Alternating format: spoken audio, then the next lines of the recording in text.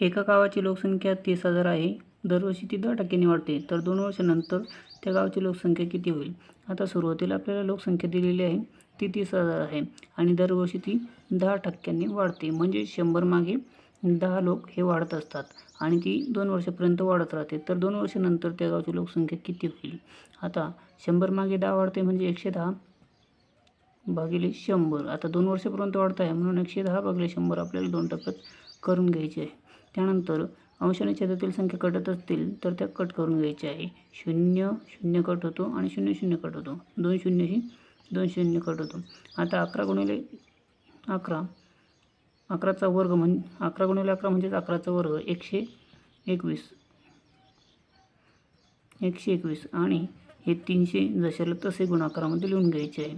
त्यानंतर 300चा 121 सोबत गुणाकार करायचा आहे. 0 आहे जशाला तसे घेऊन टाकायचे. 3 1 3 3 दुणे 6 3 1 3 म्हणजेच 2 वर्षानंतर त्या गावची लोकसंख्या ही 36,300 होईल. एका गावाची लोकसंख्या ही 20,000 असून दरवर्षी ती 5% वाढते. तर 2 वर्षानंतर त्या गावाची लोकसंख्या किती होईल? आता सुरुवातीला एकूण लोकसंख्या ही 20,000 आहे. दरवर्षी ती 5% वाढते आणि ती सारखी 2 वर्षापर्यंत वाढत राहते. म्हणजे 100 मागे 5 पुरुषांची संख्या ही वाढत असते. म्हणजे 100 105 भागिले 100 गुणिले 105 भागिले 100 याप्रमाणे 2 वर्षापर्यंत आहे म्हणून 2 टप्प्यांमध्ये 105 भागिले 100 यांचा गुणाकार करून घ्यायचा आहे. आता अंश आणि छेदातील संख्या कटत असेल तर कटून घ्यायची.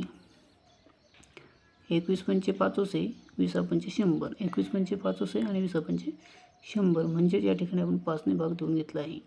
आता 20,000 गुणिले 21 भागिले 20 गुणिले 21 भागिले 20. 0 0 0 0 कट होतात. 2 दुणे 4 4 पंचे 20 0 जसे तसे. 50 गुणिले 21 गुणिले 21. 50 गुणिले 21चा वर्ग 441. 50 गुणिले 441 बरोबर. आता 50चा 441 सोबत गुणाकार करून घ्यायचा आहे. 0 जसे तसे. 5 1 5 5 1 20 अशी 0 हातचेला 2 5 1 20 आणि 2 22. म्हणजे ज्या गावची लोकसंख्या ही सध्या 20,000 आहे ती जर 5%ने वाढत असेल तर 2 वर्षानंतर ती 22,050 होईल.